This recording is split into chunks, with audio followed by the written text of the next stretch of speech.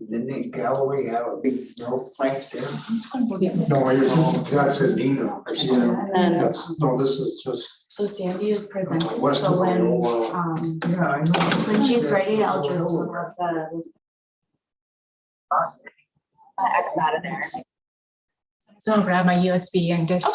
Okay. Oh my gosh, I'm so clumsy. No, that's quite okay. Senior, better be a senior in high school. I was just saying that. Okay, so I'm gonna do that for now. No, you graduated in '69, Yeah, there we go. so it's a summer. Of Perfect. And then do you 69. wanna just mute it till this?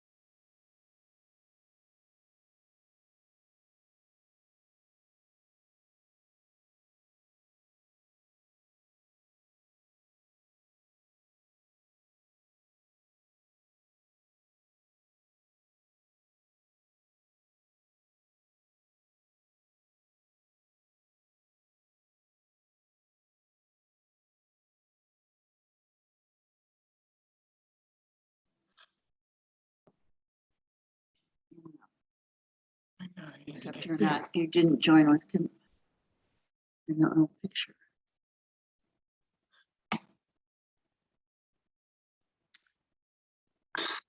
Did something wrong. I don't know why your picture's not coming in. Oh, the video one, you have to click that one too. I'm gonna click my video, just a minute. Jill, Jill. like the fourth or fifth one down. Here I am. Is that the computer that? All right, does that? you're coming through loud and clear, Bob. Oh, good, thank you. Hard to tell, but I think we're all here. Is that correct? Uh-huh. It is, yep, it is, and it's 8:29, so we have like a couple seconds before this, we should start. That's fine.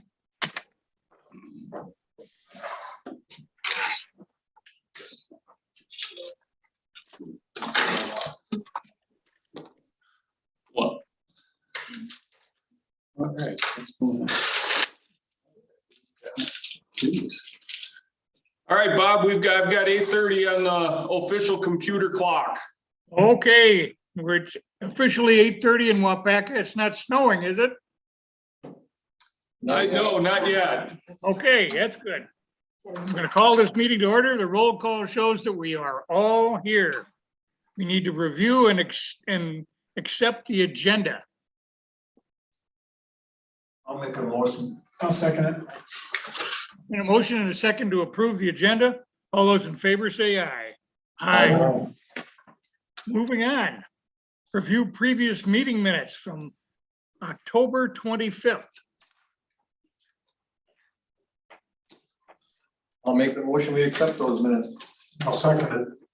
Okay, I have a motion and a second to approve the minutes. All those in favor say aye. Aye.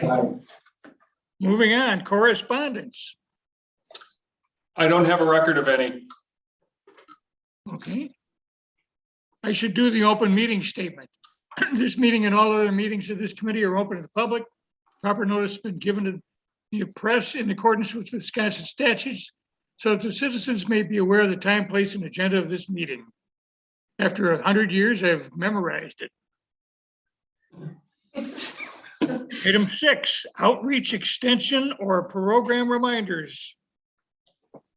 All right, just a couple of things other than Sandy is getting ready to present. Included in the reports in the packets were reports from with updates from the educators in a wide variety of things. As you can see, even though the daylight may be waning away through the end of the year, the activity for educators is not. Especially as you look at the 4-H program is up and running very strongly, and Penny has indicated clubs are back to meeting and they had their awards programs. Lots of things that are happening with Jessica and the community development end of things. So just a couple of things. I don't know if Haley, if you had any things that you wanted to share. Yes, thank you for acknowledging that. I do not have a report in there. I do want to share that Christy and myself have teamed up, sitting on a coalition here in Waupaca, Living the Waupaca Way. We had teamed up with Foundations for Living before Thanksgiving, and we did a holiday food drive. And we were able to, through a grant that Foundations for Living applied for a while back, they received $2,400 specifically for turkeys. So we were able to get our hands on 108 turkeys and package 108 bags with special holiday food items such as green bean casserole, stuffing, mashed potatoes, that type of thing. And provide that to 108 families and or individuals right here in our community. And kind of extending throughout Waupaca County, because a lot of the people that we had nominations through were Head Start, WIC, some of the county workers here. And just really excited to be able to collaborate and, see that out. It was a very empowering and special thing that we were a part of. So very happy to be able to partner with multiple organizations here within the county, and having our Food Wise hats on as well. So really exciting. Good job. Yeah, thank you. Yeah, very good. Thanks. So you applied for a grant, what area was that through? That was part of, Get there. I just need to. there were funds through Waupaca County. We found out through the grant, or we found out about the grant through Feeding America. And there was leftover funds. I want to say Community Foundation, but don't quote me on that. It was something that was left over that was specifically for Waupaca County. And she's like, let's get our hands on it. Let's try to apply for it. So Foundations for Living and Mission of Hope House had teamed up to apply. And then those specific funds, $2,400, like I said, was just strictly for turkeys. So that ended up being with the prices. We were hoping to get our hands on 150, but with the prices and the crazy situation right now, it was 108, which we still were very fortunate to receive. So, and we purchased local at the Piggly Wiggly here in Waupaca. And they were very great to work with. Yeah. Good. Yeah. We're having some technical difficulties. Oh. It's been like 20 years since I've used a USB, but like it like won't show up. ancient. Yeah, it Well, won't show up ancient on my, technology. it won't show up for some reason. Since I didn't have a written report, I could use up a tiny bit of time and just share a couple things. I'll include this last month in my next report for you guys. They were due just, and I just didn't get it done before I took a couple days off. So in the last, so this is for October. So in October, I continued working with Clintonville on their downtown redevelopment. And we now have we had our first, I guess, committee meeting. That actually happened in November. We had our first committee meeting of the redevelopment committee or revitalization committee. And they started taking some steps toward deciding what direction they want to go in next. And so some of the things that came up that they will be working on are wayfinding, and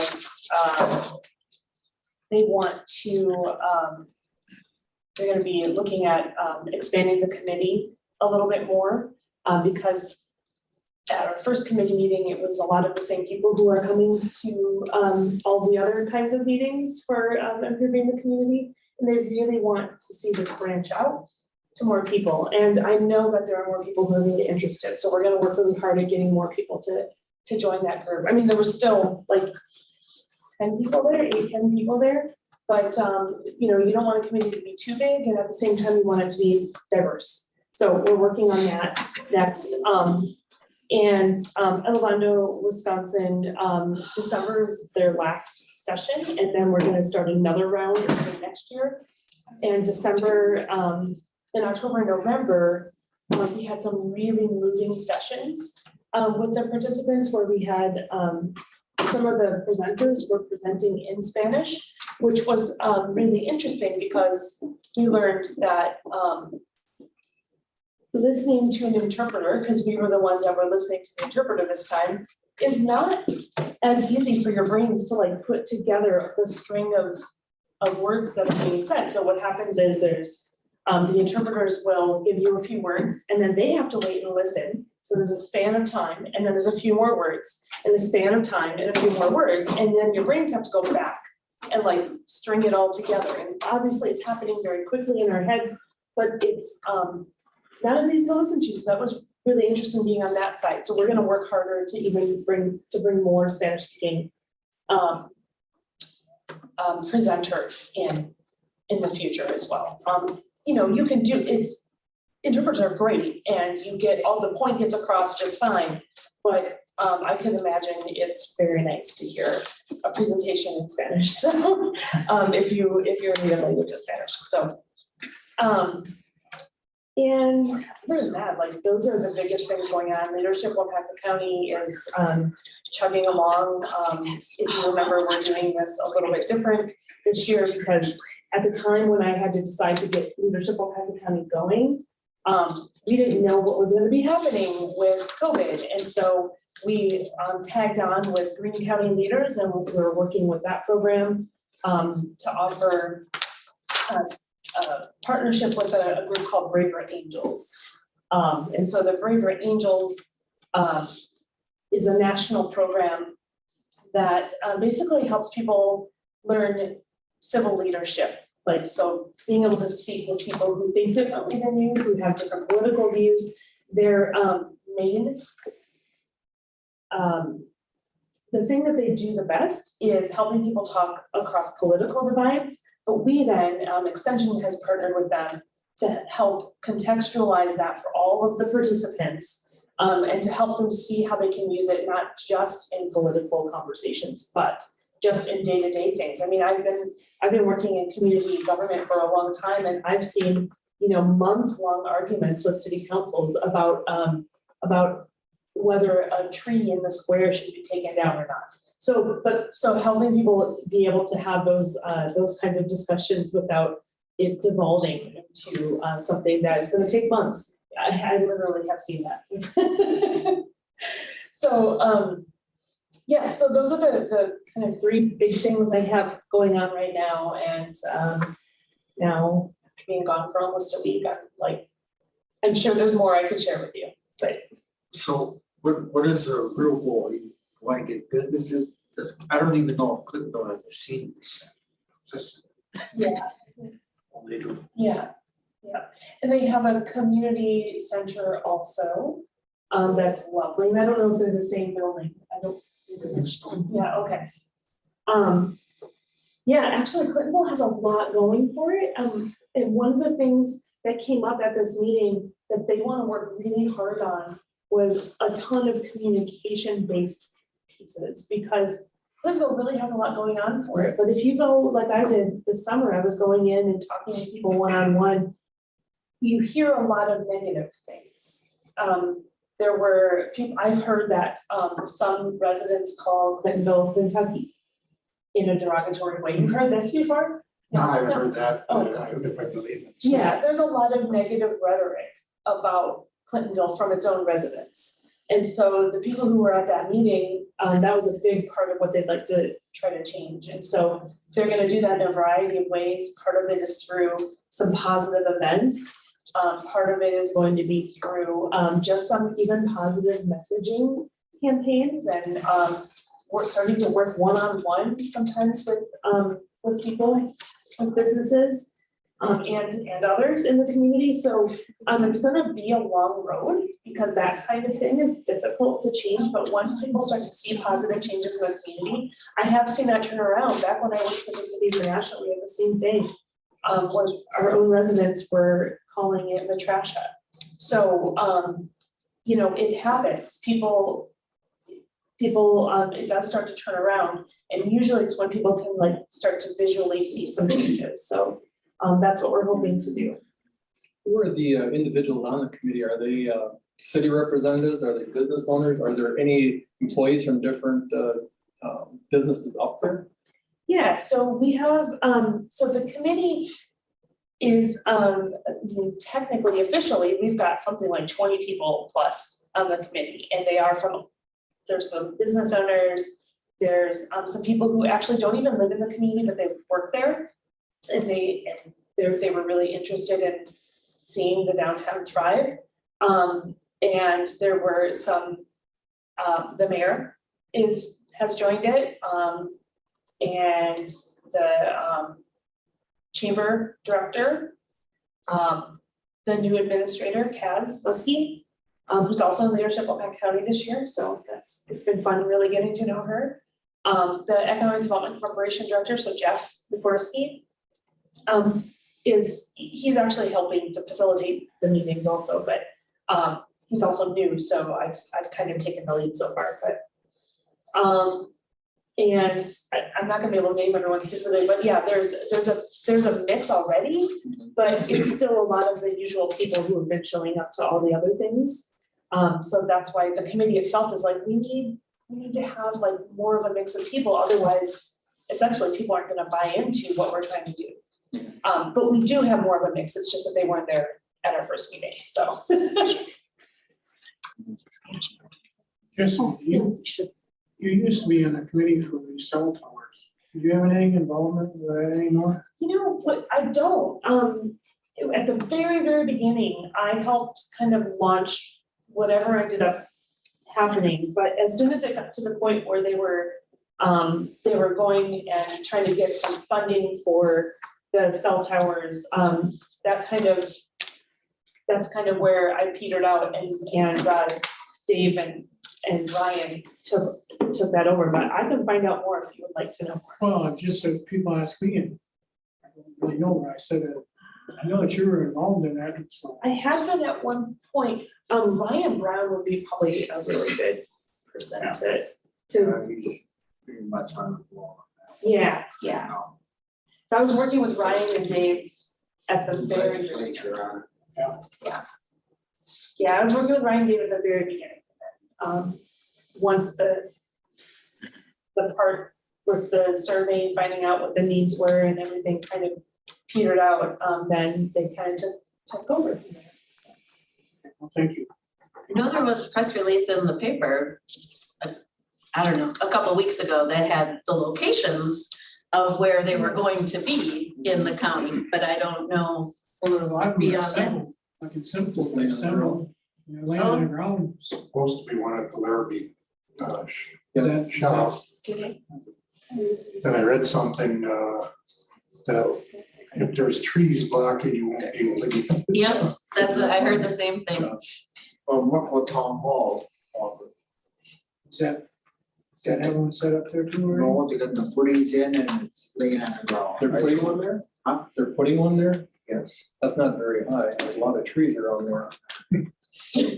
I know there's gonna be one in Lebanon too. I'm only one person. Yeah, I know. Yeah, you might be the one person that'll get reception out of it. But there is, I don't have a dead area by me, but there is a dead area. Oh, we got a lot of dead areas in our area. Mm. Where they're Maybe putting just the a- tower, there's a lot of towers around there. I don't think this was either the right situation or it should have been a taller tower because you can see 8 homes from where this tower is gonna be. So we're spending They a were lot of looking money. for free land, but the towers. Yeah. Well, I guess that's for a different committee. County land that was higher. Yeah, and what's I know that, oh my gosh, Elon Musk company, right? They've got that, Spectrum mobile or it's like blue, spec something.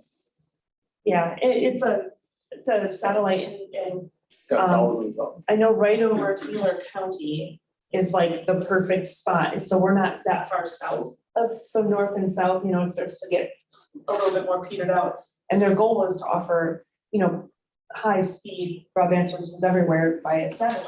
The problem is that I think even where I live, they said that we were eligible, but it's like $400 for the equipment and then $100 a month for service, but the services are supposed to be very, very fast, especially the closer to that line above, below where the satellite is, the faster it'll be.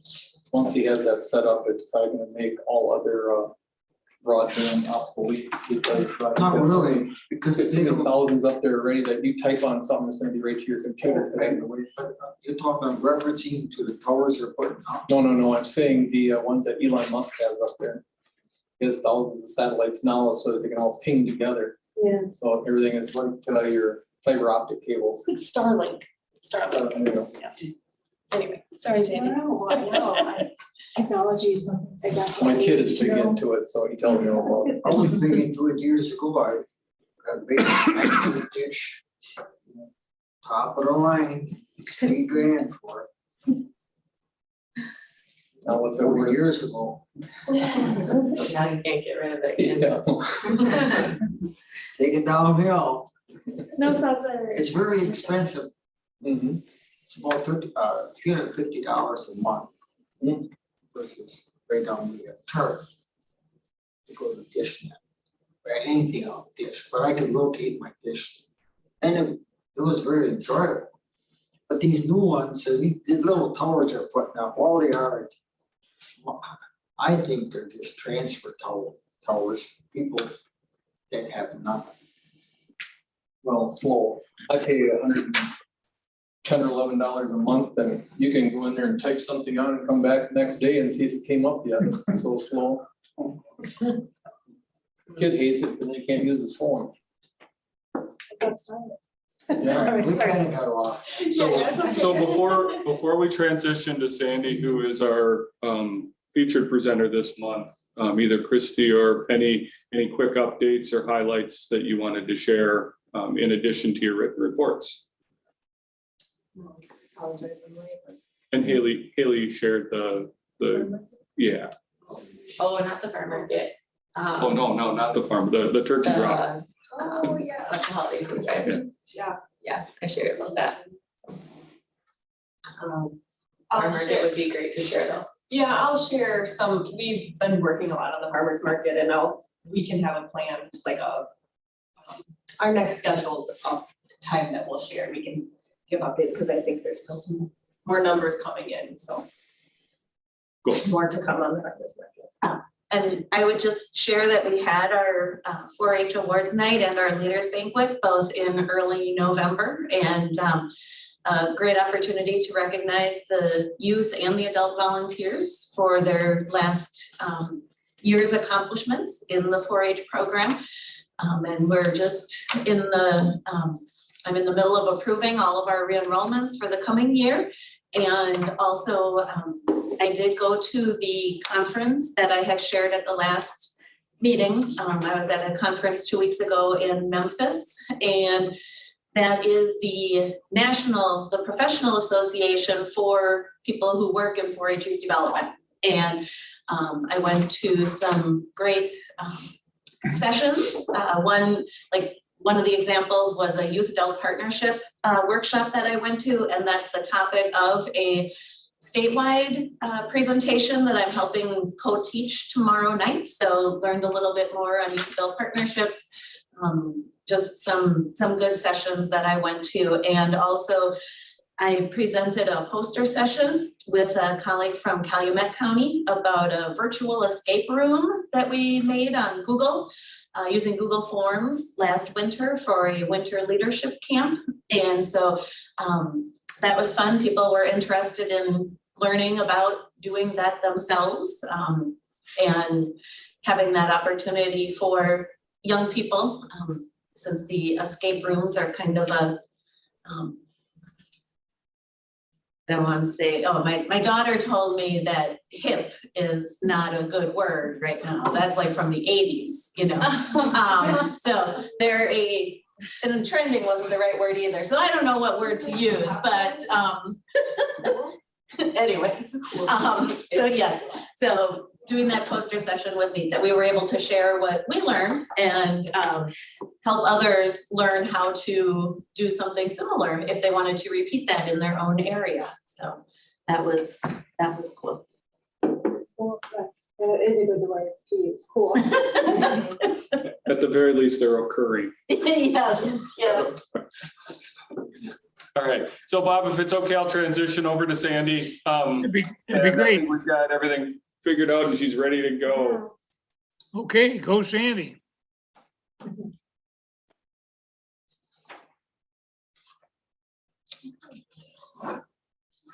So I'll just be doing a brief overview of something I've been working on, the Waupaca County Early Childhood Network. It's a fairly young group that just kind of happened almost by accident. But when I was writing my plan of work back in the summer, it was a theme that just kind of kept coming up, especially with COVID and the different conversations around me and the conversations at the state level about families and resiliency. And so like it's a pop quiz, but I don't have any prizes or anything. Since the focus of this group is early childhood network, I kind of want people to understand like how important those first like 5 years are in a child's life. Does anyone want to guess like what percent of brain growth happens before kindergarten? So like age 5. 70. A lot. A lot. He says a lot. Maybe. Any guesses? Well, Haley wins with a lot. Haley wins with a lot because it's like 90%. No, like Christy said. Christy said 90. Oh, it's yeah, probably gonna have young kiddos. Yes. Haley and Christy were both a lot and 90%. Like 90%. And that's a huge chunk. And that's why we have so many different early childhood programs in the county. We have women's, infants, and children, which is geared toward mothers and babies and infants. We have like Head Start, we have Healthy Beginnings. We have a lot of stuff because the investment in those early years is a huge difference. And this looks like a really complicated chart, but just think of it as children have different experiences, and we'll see the one on top, and with that one would be the one that had more negative experiences, and the one on the bottom is the one that had positive experiences, and how those experiences are going to shape how they function into adulthood. Because remember, like so much of that brain development, that social and emotional development happens when they are young. So for example, if they have like a safe home, if they had like connected to people and had all those positive experiences, it just puts them on a trajectory to more positive outcomes. And so before I go into more of the county data, you were all there for it, the COVID pandemic thing. And let's go back to that. Like that kind of really shifted things for almost everyone. Like everyone had like this trauma in a different way. Children who at those 5 years who normally they play, like that's the work. They usually play with other kids. They get a lot of stimulation and they get into trouble and fall off the jungle gym and such. And that was daycare's closing, that and parents working at home. A lot of kids didn't get to have some of the educational stuff or social stuff. And it also affected parents. I don't have this data here, but I did a survey back in 2020. And I mean, no surprise, most parents reported feeling a lot of stress and feeling a lot of unpredictability. And it also affected the childcare workforce, the childcare ratios, and some had to close down and with employees. And also nonprofits and government agencies struggle to look at outreach efforts. They have everything sort of changed. So the changes that were existing already, the inequalities and the children of poverty and all those kids who were already struggling, it kind of deepened some of those issues. And the reason why it matters is back to that whole brain thing, is that, COVID, even though COVID is not going to be forever, what happened, and it's not going to be something that just ends. Those effects that children and families were under, that's going to be long lasting. We're going to see the effects of, what happened to those kids and those isolation and the parental stress. All of that is going to, we'll see it down the line. So I'm going to be going over kind of why this early childhood, it's kind of a long name, I kind of call it the ECN in my head, the Early Childhood Network in our county, and why I thought voices from different sectors of the community matter, and how that leads to improved outcomes. So, and I think like 2 months ago, Jessica, you did how long ago was, I don't know, so once upon a time, I think you did the childcare desert thing, right? So, oh yeah, so I'm not gonna go into all, do it all over again. So that's part of it, early acts and high quality care is a huge difference in a child's well-being. So one of the reasons we're on this one is childcare desert. One of those because a random connection, Christy connected me with one of the childcare providers that she was working with, and she was working on a grant because she felt like there needed to be more collaboration with other providers. And on the side, I was not aware of it. Jessica had someone from her who also had different ideas about childcare stuff. So there's a lot of different conversations from different people across the state too. Yeah, across the state. And it's just something that's kept coming up. And so it's like, it became pretty obvious that, this was a growing concern.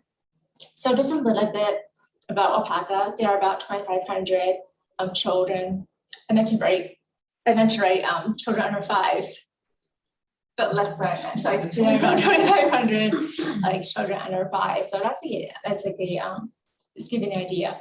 And I'll go into this in a bit. And along with that, we talked a bit about the childcare deserts, parents having trouble finding childcare, not just childcare, but high quality childcare. And there's a difference.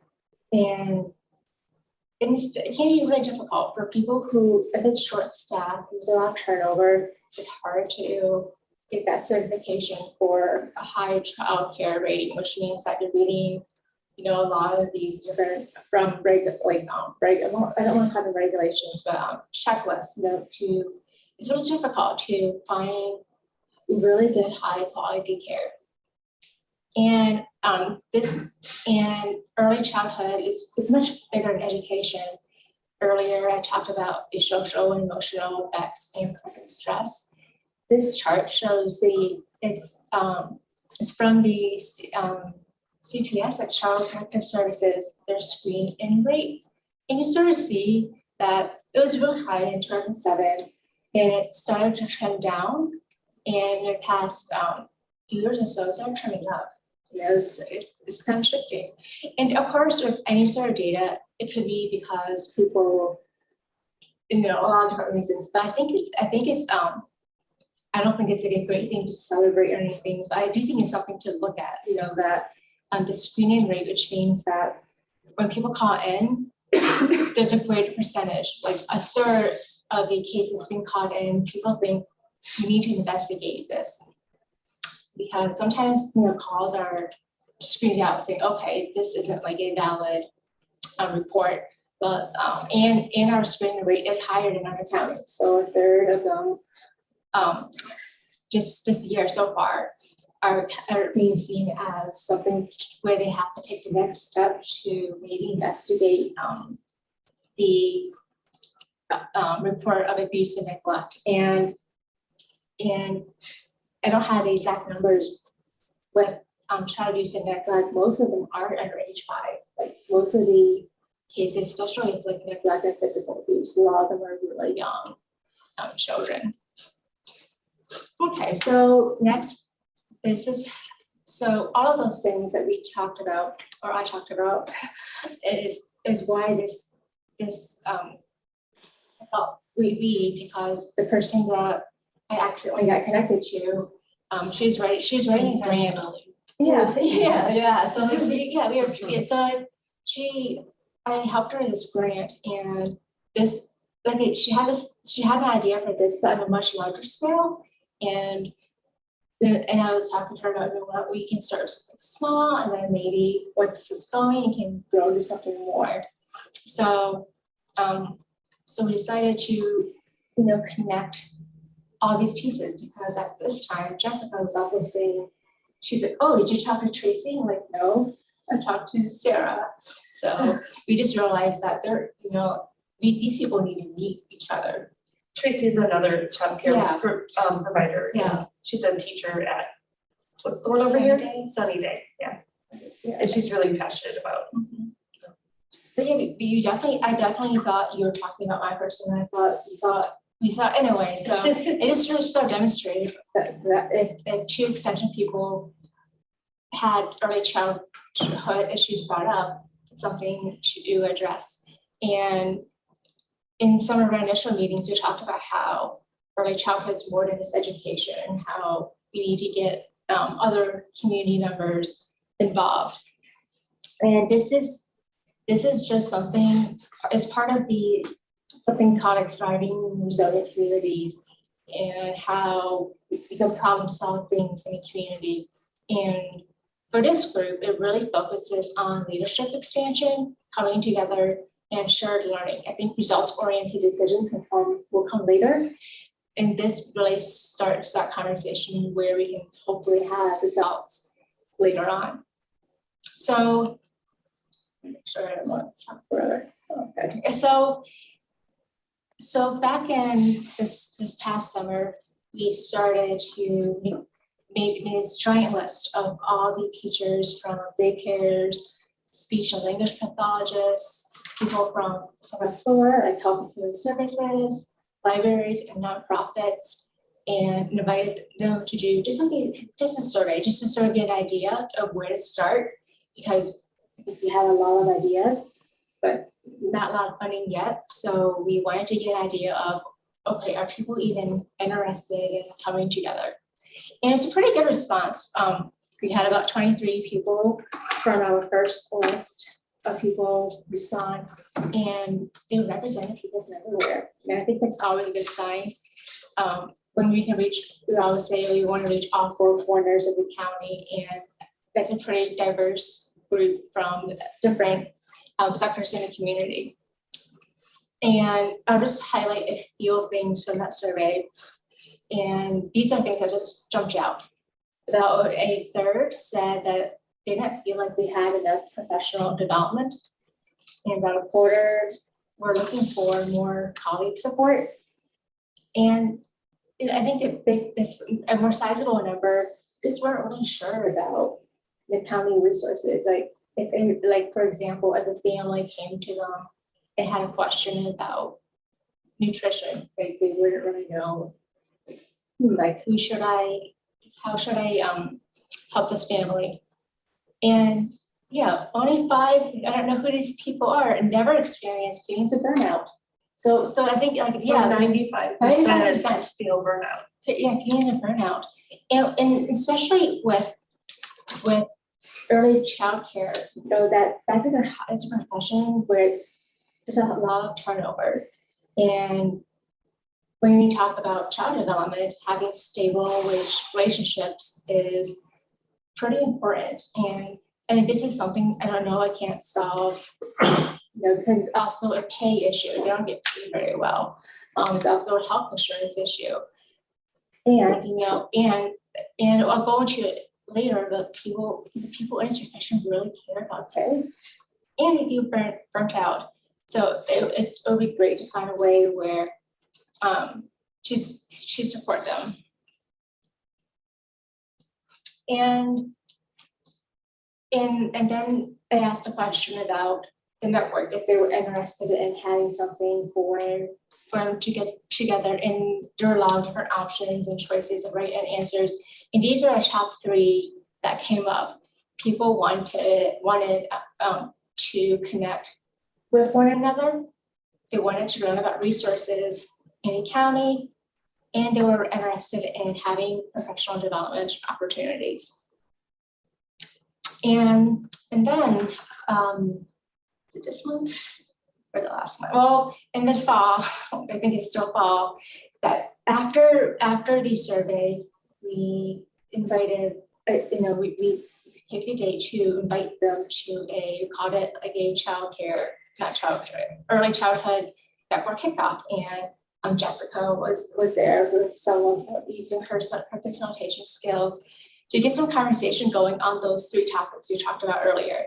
Those the connecting, learning, and professional development. And it was, I mean, I think it was a pretty good group. There were, I think, I don't know what we were expecting, but like there were 14 people who came. Well, based on, I think you had asked for RSVPs and there were only like 6 people or something RSVP'd, so we thought it was gonna be like maybe 10 people, and there were like 20. I don't know, there's just, It's like 18 to 20 people. yeah, not counting like the core group who have planned it. Yeah, there's a lot of people. Yeah, which is a good thing. It's a good thing. I think it's a really good thing. Also, Jeff McCorsky and Ryan Brown were there also because they're investigating how they're investigating potentially use of ARPA funds to help support the childcare industry from a workforce standpoint. Sorry, I'll show you. That's really cool. Like, I think that's why it's so great to collaborate with cross programs, we call it a little bit, because you know it's so much bigger than just kids. It's also about like building a community where people want to raise their kids, and this is just a snapshot of some of the representation. People from the library, like the children's librarians came. We had some regional representatives come, a lot of teachers from different schools, and this was on a Tuesday night too. This was like at 6 o'clock or something, and so it really shows that people really care and people really want this to happen. And so that was something that a lot of people talked about, like doing it for the kids. Like a lot of them realized that it's tough work and maybe they don't get paid very well, but they say, you know, it's just for the kids. And it was different variations of like, you know, I just really care about the kids. I wake up for the kids, and I think that's really great. I also think they deserve support and to feel like their work matters. So this was like a really long process. So I'll just show a couple of snapshots of what the group did. It was a really big group, and we started to have them start to have conversations about those three topics. And we just starting with what hinders some of what makes it hard for some of this to happen, and also what is helpful, like what can help make this a reality. And then I should probably should have switched these, and then opportunities. So so this is just like an example of something where people started thinking of, okay, well, so what can this group do? And there's a lot that isn't in our control. Like salary isn't in our control, and we can't change all that. And we can also try to make it more worthwhile for them. And so this looks like a lot of stuff. Basically, people brainstorm. So one group brainstorm, and then moved on to the next page, and each color is just like a different group adding their input. And then we had like a voting kind of thing. So bigger dots, and you see people like having a support kind of group and relationships was really important for that connecting piece. And this was about professional development, and people just talked about some of the things that make it kind of hard, especially teachers, timing and scheduling. And there's also technology. So it's good because one person really can't think of all of this stuff. And this is about the resources. And again, this is just like our first round. So there's more to come. And so the same kind of thing. The different groups were just brainstorming ideas of what can be helpful in connecting people with them learning about resources, and what can help. And then at the end, it was like opportunities. So for resources, the group came up with ideas like having speakers come in with like educational topics. And I always bring up Christie's Food Wise, like, oh yeah, what about nutrition? Yeah. So like, it's a great way to, because I think it's all connected. Like early childhood isn't just about like children's emotional well-being, it's also health, and it's also a community thing. And again, it is just really about, having that leadership, not be just me, but empowering some of the teachers, because it's, when people are invested in a project, they're more passionate about it. And there's also that shared learning part, because I don't know everything. So I hear ideas from them and learn about the early childhood computer I didn't know about. So I learned. I am a educator, but I'm also a student in many ways. And what I hope for some of the longer term outcomes after this just is a little further along, because we're doing a second session to revisit those topics, is connecting and supporting providers to expand some of the high quality services, and also reaching parents, because I mean teachers especially are very connected with parents, and they have that trust, and part of it is sorry, I have this plan that's kind of further down the road of parenting classes at the childcare centers where there's already childcare. We used to have a family resource center in Waupaca, and that went away. And I don't know if it's coming back or not, because that was a while ago, but that was a really great hub space for parents who kind of knew that this is a place where they could get the resources, and there were classes every week of different types, and offer childcare. And that's really something that people need. That reminds me of, I used to volunteer back when I was in college years ago for a program called Families and Schools Together, FAST. And that's what they did. They used the venue of the school. In this case, it would be this childcare facility. kind of drive them around. Yeah, no, it's to have parenting classes, and then I helped to provide the, so we did like a little dinner, and I helped provide the childcare. So anyway, it was all Like, amazing. I think people come, It was a great program. yeah, especially young kids, so that's kind of longer term kind of thing. With having those relationships with with those teachers too, just being able to deliver more extension programming in a way where parents are ready to go anyway. And just to just to wrap it up, going back to the thing in the beginning, relationships and child development are so important, and people are really important into resilience, because there's a lot of things that can go wrong, abuse, neglect, the education gap and such. And at the same time, that sensitive period is also a time for growth in relationships. And children have relationships with more than just their parents. It's the grandparents, it's people in the library, childcare providers, and the doctors. So everyone is affected by, everyone has a role in, a child's well-being. So it's a pretty young project. I think it's like 6 months or so. And there's some unknowns, but I'm excited to see where it goes. Any questions around any of that? I guess I've got one or two. We've got so much more mental health issues, and has there been any research done, those that have been in health, I mean, in a child care environment versus the homegrown environment? I know when I was in school, we had recess, and it seemed like everybody got outside, and there was like 3 groups of individuals. You had your athletes, your jocks, and everybody else.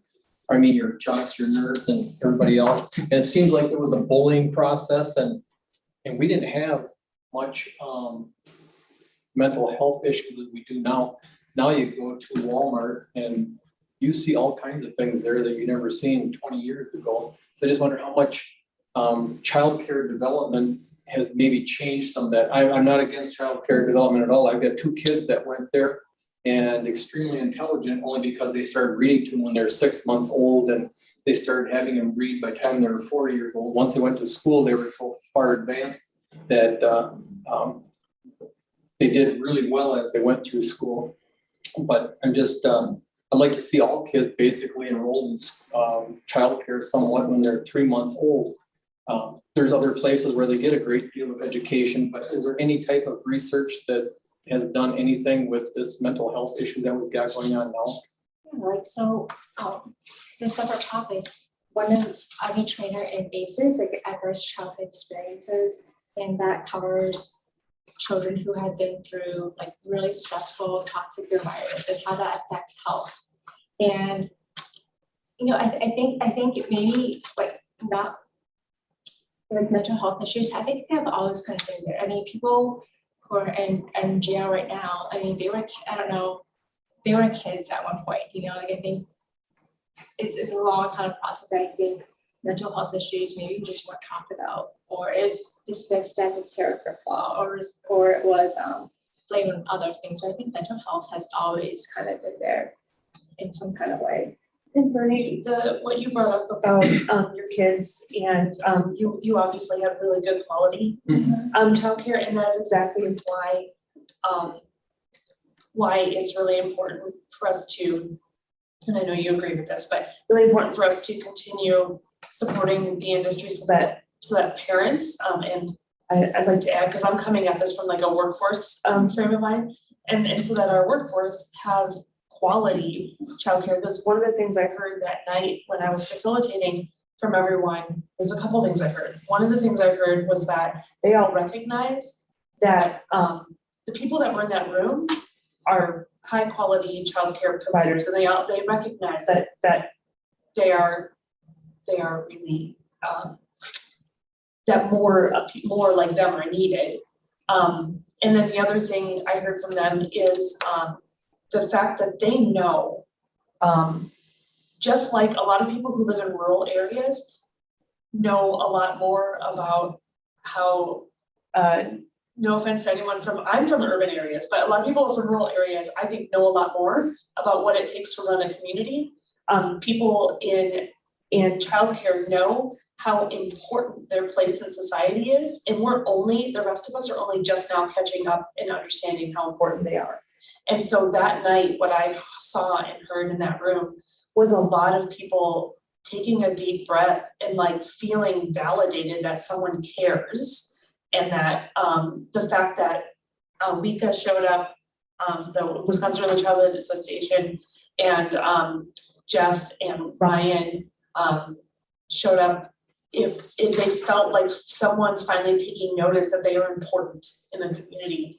And that there are problems, like the system is totally broken and it's not their fault. And they're doing their best to like hold it together with Scotch tape, you know, and they're doing a great job at it. But some of the other, and then one thing I learned is that Sandy talked about childcare deserts. And one of the reasons some areas are in childcare deserts is because some of the facilities can't operate at 100% because they can't keep people. And so some of the facilities have space, but they don't have teachers, they don't have enough people. So anyway, I wanna actually, like, you made me think of something, but yeah, I actually have a better answer for your question. So I think one thing that has shifted is that there are more single parents now. You know, there are more single parents and childcare is expensive. You know, quality care back then might be, you know, I think, you know, women weren't in the workforce as much, so maybe they had time to care for the kids and be attentive. And now, like, with cost of living and everything, sometimes both parents have to work and they have to find childcare. And childcare is also, I don't have the numbers at the top of my head, but it's like 1,000 something. I don't know, like having 2 young kids, like 1,000 something a month or something. Or, I don't know. it's like the cost of a mortgage. I don't remember, but I know it's like half or if not more. And it's hard, so it's hard to give high quality childcare. So people might have grandma, not that grandma's not great or anything, but they might have like different people watch them, or they, you know, just different. High quality childcare is expensive, and it's also harder to find. I think Waupaca's percentage of high quality childcare is 43%, if I remember correctly. So a little less than half, depending on where you live too, because I think Waupaca City has more options, but other cities might have more, not have as many spots. It's really expensive, but I just want to add from the business side of things, it might be really expensive, but it's not like they're making a lot of profit. Their profit margins are incredibly tiny. A lot of times the employees that work at the places couldn't afford to send their own kids to the place because the wages are so low.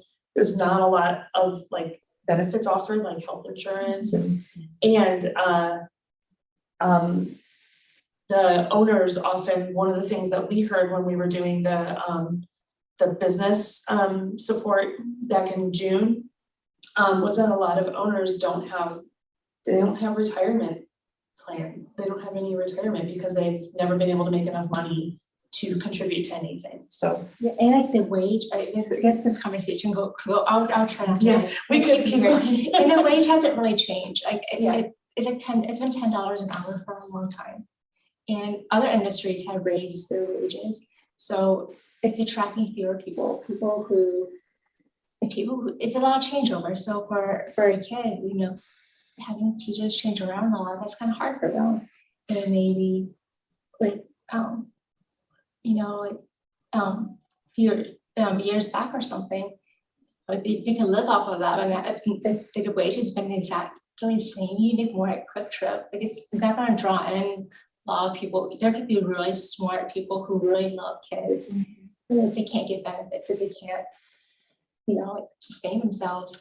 It's a field that's kind of it's kind of struggling a bit to retain people. So the care might not be as high as it could be. I think unknowingly we've taken advantage of in society. We've taken advantage of the fact that these people are doing it because they're passionate about it. The do it for the kids thing. Yeah, people. Yeah. That was like a common theme. They're like, I know I don't get paid a lot, but I think they do deserve to have Benefits. their needs met. Yeah. They said Brian Brown was at that meeting.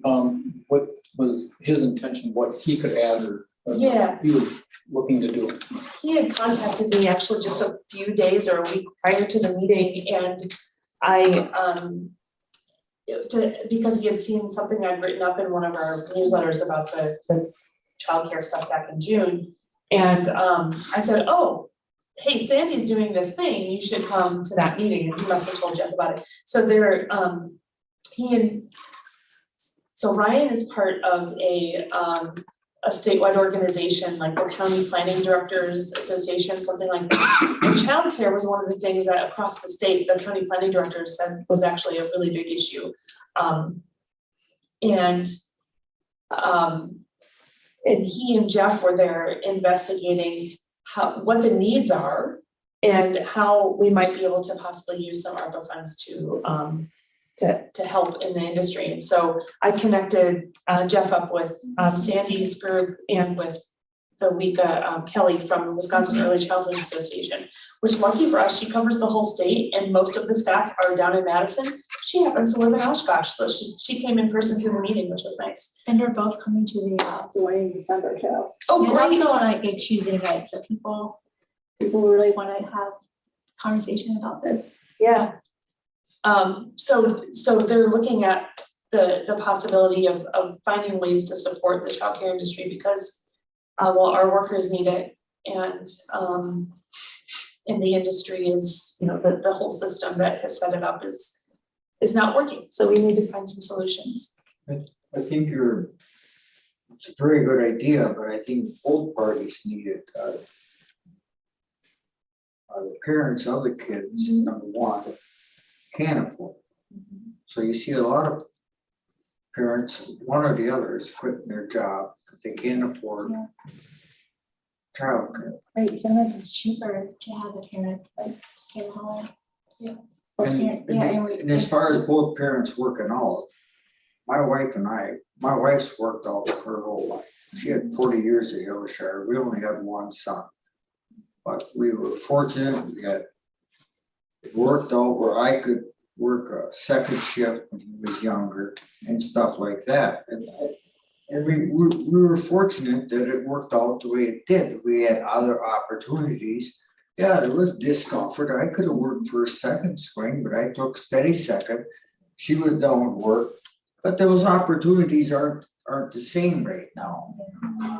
And I don't know. And they are looking at all angles, just so you know, they're not only looking at like, how can we So are infuse more money into childcare? They're also looking at angles of like, how can we help parents Just afford kind of where the preschool for 3-year-olds is coming in, is this, because you heard something about that once in a while, preschool for 3-year-olds. There are some federal programs like. In one way I could see it because of the mental aspect of it. And there are some federal programs like Head Start that lower income families can qualify for. And there's also like childcare subsidies to help parents out. So that exists. So it's a great way to supplement some of those issues. But then, that's tricky because if a parent makes them, it's a little bit $1 too much, and they don't qualify for that. So it's very complicated. It's ongoing.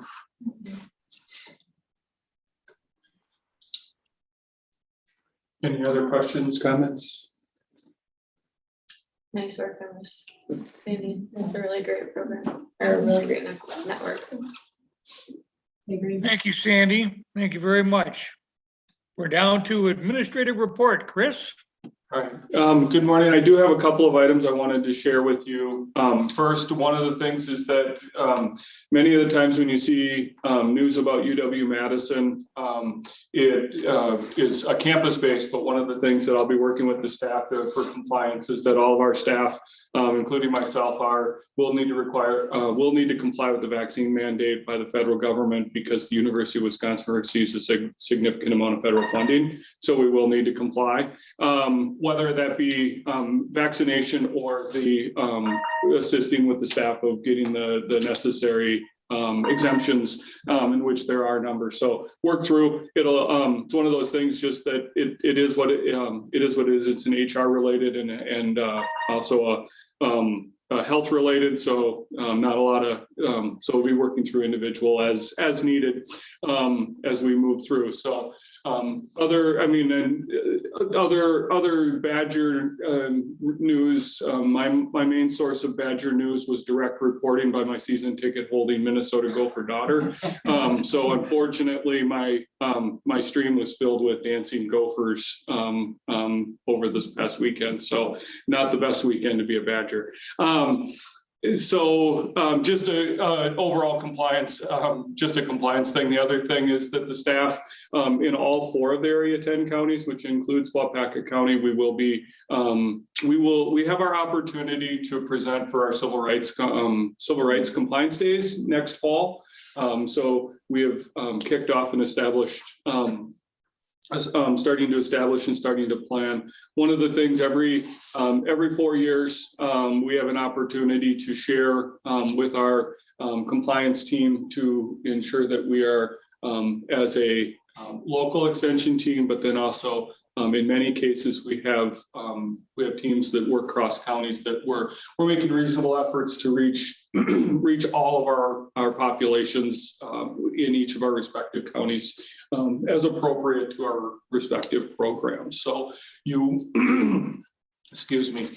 So you may hear us share some aha moments and some items of discovery as we move forward. It's also a point of from my perspective, it'll also be a process of celebration because many times it's viewed on what we don't do, and we oftentimes overlook all of the really good things that we do accomplish. So we will share not only those as we go, but then also this fall when we give our formal presentation. We may possibly, depending on the timing, use this committee as part of our dry run audience to share both from a learning standpoint and to prepare for that. So a lot of good stuff, happening on that front.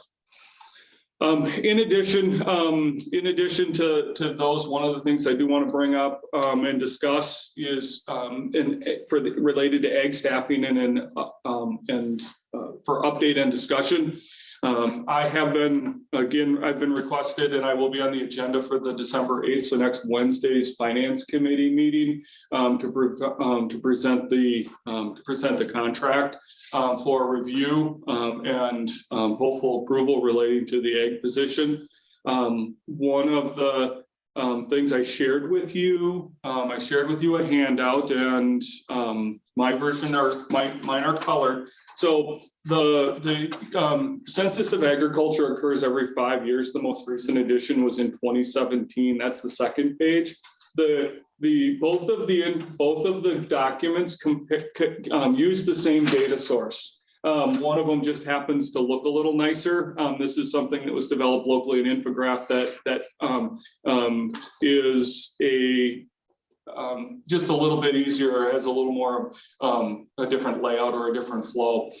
One of the things that I wanted that we discussed at the last meeting, and as was shared with me with the finance committee, is that there were a couple of committee members who did not necessarily see value in investing county dollars in an extension dairy position. Either be shared. I wanted to share, and I'm planning to share the same information with that group. If you'll notice, the number one area of annual agricultural impact in Waupaca County is directly related to milk and milk production at a tune of $95.8 million.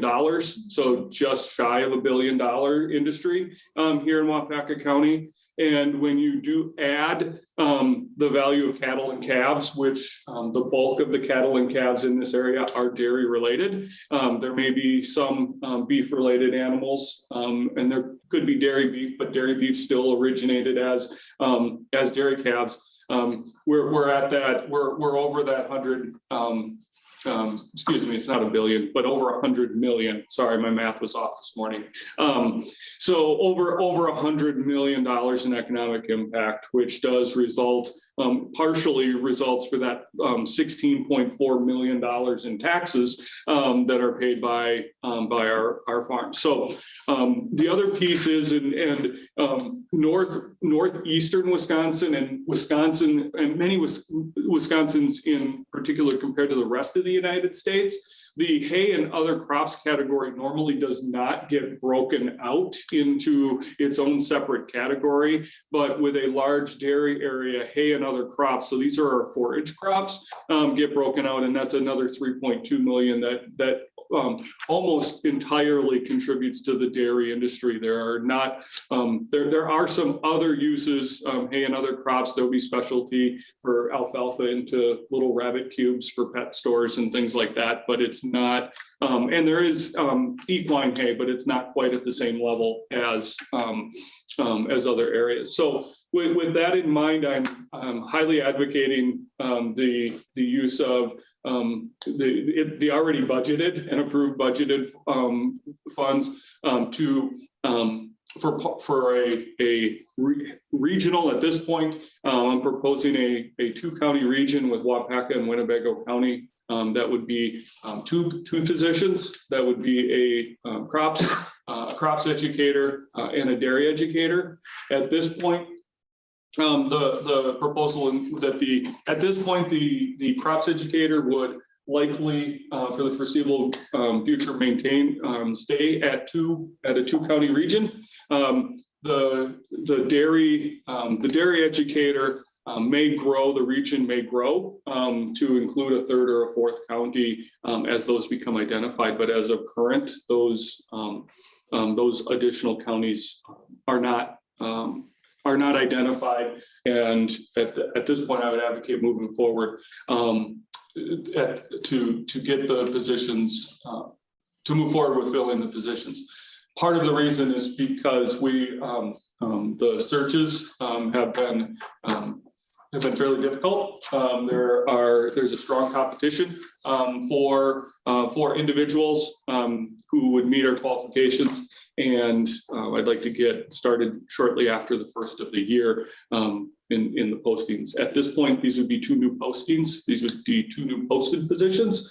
So they would be new staff members with hopeful that things would work out and we would have, as we have office space available in both Waupaca and Winnebago counties, that we would have one individual that may have their primary office space in one of each of the counties, but then they would have some shared space in working with clients.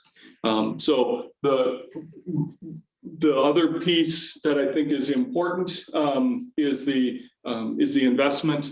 The investment not only does also it includes staff that would work locally, but it also includes investment and connection to the statewide specialist networks, and would allow, even though we have local dairy and local crops educators projected out, we would be able to have more direct access to the farm management specialists and their team that's being the statewide team, and also at just after the 1st of the year, they're hoping to bring on like the state beef outreach specialist. That position is going to be recruited for soon. So those are examples of where we would like to move forward. Or why I think it's important is because of those connections, not only having a local connection, but also being part of having access to the statewide network. So I wanted to just share with you maybe the picture evidence in comparison. One of the things in comparison, the Waupaca County compared to Winnebago County as far as milk production, 95.8 million in fiscal contributions compared to 61.5. So it is slightly smaller, but it's not non-existent. Whereas the grain and other crops, the need there is almost a third greater economic impact at almost 44 million versus the 30 million in grains in Winnebago County. So there is a significant amount of shared production. And there is, as you start to get into some of the edges, you start to see a little bit more grain production in Winnebago County versus Waupaca County, but that doesn't mean it doesn't occur. The other piece that does make where both of these investment points allow is it would provide some access to the specialist network for our vegetable producers. We do have a small number of vegetable producers. That's one of the areas that Waupaca County has about $3.2 million in economic impact. Vegetable producers. I know I joked, I believe it was with this group as I've seen the number of roadkill cabbages alongside the road this fall, where you know where the harvest is and when they were, and where the significant bumps in the road are, where that would knock a couple heads off here and there. I used to run out into the road and grab the cabbages for my grandma. She lives in Bear Creek, and she's on a tight curve, so anyway.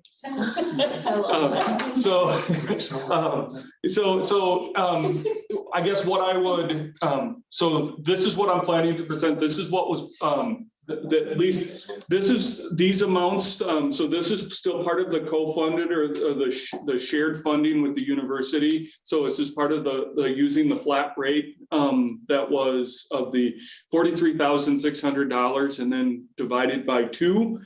So each of the 2 counties would share. So it would at this point, the math would work out to the $43,600, which was proposed and approved in the 2022 budget. So this is the main reason why I did that is because one, it was those are the smallest regions that are 2 county regions are the smallest regions. If the regions were to grow, then there would be some cost savings fiscally, and in some cases there are also just the geographies are big enough, or the production is big enough that it just makes sense to add a couple of different counties.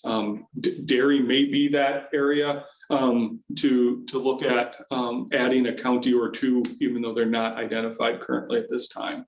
I guess any questions or comments or concerns about what I'm both sharing with you and the information that I'm planning to share with the Finance Committee next Wednesday at 9 a.m. Excuse me. It's on the 8th. It's December 8th at 9, not the 9th at 8. You would also mention something about a beef individual. Now, is that going to be a totally different position, or is this going to be part of the dairy is going to take care of that also? No, it's going to be, so as far as the Institute has some programs. So there's program affiliations, just as each of the individuals here in their institutes, there's program affiliations. Dairy and livestock is one of the programs. And so there are some individuals that have a dairy emphasis, some that have a livestock specialist. The beef specialist is a new position that previously did not exist before. It's an outreach specialist position. So it's an extension outreach specialist. It's not a research specialist that would be part of the College of Ag and Life Sciences. Now, that position, there is dairy research that is occurring at the College of Ag and Life Sciences and other land grant institutions. This would be a position that is going to be newly hired, and they're going to have a statewide emphasis to support. So they will support existing educators in the counties, individual producer concerns that individuals might have. One of the other important things in the Agriculture Institute, and I'll make a note, and in January I can show. Do a little show and tell. The Agriculture Institute in each of the programs are rolling out what they're calling topic hubs. So they're working very hard to have some web-based resources as a starting point for both like individuals like Amy, who might get a phone call and say, hey, do we have any information on land rent? Which there is a topic hub on the farm management site that has that information or links to the most current information. So us as staff can help provide those immediate inquiries, and other producers or individuals, where that specialist is going to be in charge of keeping that information up to date, and then also doing outreach education statewide. So they may work with the Wisconsin Beef Producers Council, work with local, but then also have an email address, and they would be responsive to, so Bernie, if you had a beef question, you might give our office a call and say, who do I contact? We would actually have an email address of an individual that we could provide you, or a phone number, and you could call and leave a message or send a note, and they would respond and get back to you to your beef related inquiry. In certain cases, there might be there may be opportunities for site visits. There may be in-person workshops. There might be virtual workshops that are presented on the topic. Those types of things. That's actually it's actually a step. I don't want to say a step up. We had some county staff that had livestock either expertise, or they grew their expertise throughout the years, and were tapped or utilized, but they also had other responsibilities. So this individual will be focused specifically on the beef industry in Wisconsin, which may be focused on dairy beef partially, and with our close proximity to Northeast Wisconsin and our large amounts of dairy cattle or dairy steers, but there are other pockets of the state in which beef production is still a viable enterprise. One of the other, along that line, a couple of other, and these were those that specific position and a couple others. These were the ones that were included in the state budget request, or the state budget allocation. So these were new budget dollars that were added very specifically to these outreach specialists. They're also recruiting for a water quality, an agriculture water quality specialist, outreach specialist that will bridge the gap between the natural resources, water quality, and agriculture, and look at a couple of key areas. There's three major areas in the state of Wisconsin in which agriculture and water quality are concerned. All three of them have different causes. As we have the karst soils up here in the Northeast, we have the central sands with the porous, the high and high water tables, and the high sandy soil. And then down in the southwestern part, in which we just have lots of hills and lots of places for water to swiftly flow in narrow ravines. So each of them are equally important, but also have some diverse impacts. So that's an example of a couple of the areas that are.